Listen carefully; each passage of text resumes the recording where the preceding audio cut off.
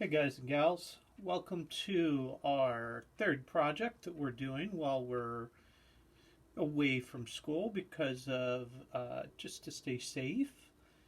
This is Mr. E. Hope you guys are enjoying these projects. I've kind of been following with modifications some of the projects that we do in class. This project is a takeoff on a poster project that I do with my 8th graders, and it was actually the next project that they were going to do uh, before fall break started, or I should say spring break started. Um, it's a positive and negative space project that they usually make a poster, an advertising poster, but we're going to trim it down a little bit and turn this into a positive and negative space personal logo project. So a personal logo can be something that you use as kind of your mark or your identifier.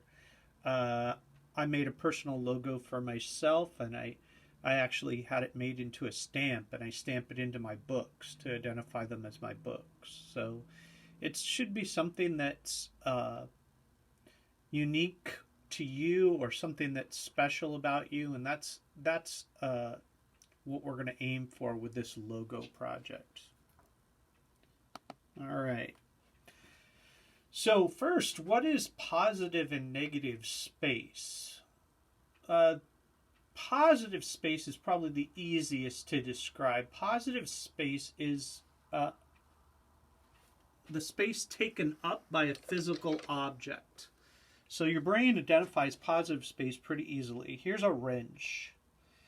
The area that the wrench is, in other words, the wrench that you're seeing, is positive space. It's there, it's physical, you can touch it. So that's positive space. There is negative space with this wrench as well. This opening in the end of the wrench where there's no wrench, it's just a hole, that's negative space. It's a little space in between the crescent little dial that adjusts it is negative. This open area here is negative, and in fact, the whole area around the wrench, the open space around it, is negative space. So with this project, we're going to be creating a logo using negative and positive space.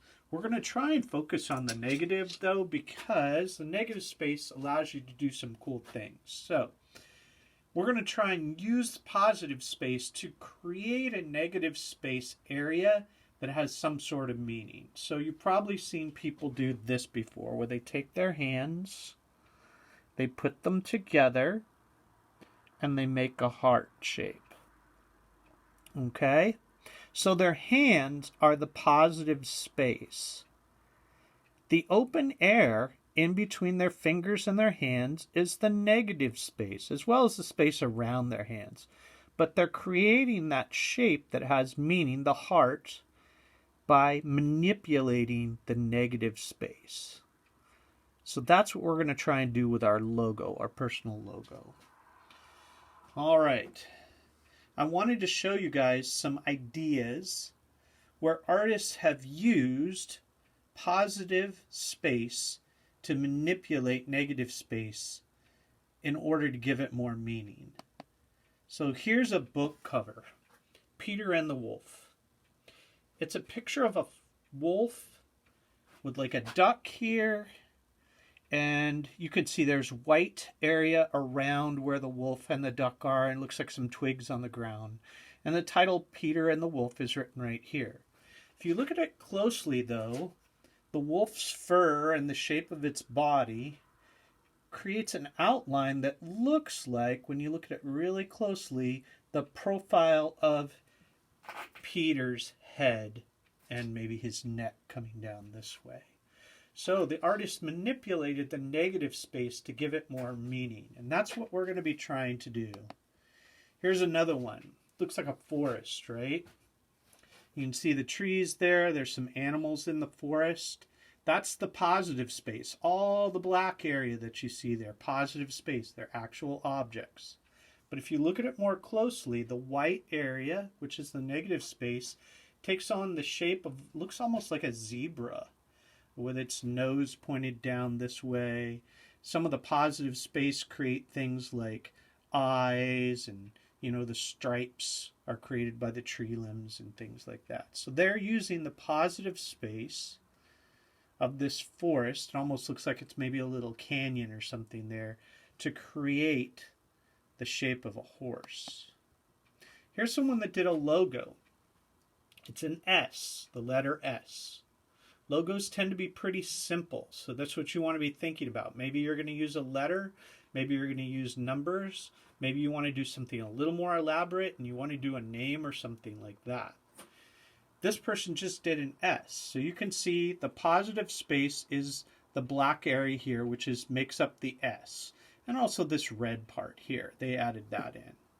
You can probably tell by looking at it right now that it's a negative space. This open area here and here is representational of Snow White. You can see her facial profile here, and they actually manipulated the positive space to make it look like maybe suggest her hair and her hair bow. And then down here they have a negative space that has an apple in it. Would have been even cooler, I think, if they would have taken, maybe manipulated a little more and made it look like the apple had a bite out of it. So that's a logo using positive and negative space. So we're going to be looking to do something like that. Here's another one. Maybe your name is Aaron and you really enjoy music, specifically guitar. Then the negative space in here would represent you. It's the letter A, and you could see the open area at the bottom of the A and the open area in the middle, or the top portion, looks like the neck of a guitar and the body of a guitar. Another music-related one. They actually used a music note on that one. Now, if this was going to represent you, you'd probably want to give an indication that this is, your first letter of your name, or something about you in that logo. This is probably a logo for a music company. Probably has, maybe it's like Canary Music or something like that. But you can see they used a musical note and then the bird in the middle. This one, can you see what the positive space is? I'll give you a little bit of time to think about it. If you guessed the dark blue area is the positive space, you're wrong. That's the negative space. That's the water. It's technically not there. And the fish swimming around are the positive space. So the negative space is the dark blue. The positive space, the light blue fish. And you can see how they manipulated the fish and the way they're twisting their bodies to create in the negative space the S. I believe on the next one they do just the opposite. This could be like a shark, maybe. S for shark. And you could see on this one they manipulated the actual positive space of the letter S. And they left certain parts open in the negative space to suggest a shark. So we're going to be doing something very similar for ours. And you see what the positive and the negative space is there? And what word it spells? Remember, the positive space is the physical object. So if you see a bunch of physical objects in this one, those are positive. And then look closely at the negative to see if you can see it. It's the word art. And it's in the white area in there. You can see the area they left open. It says art. All right.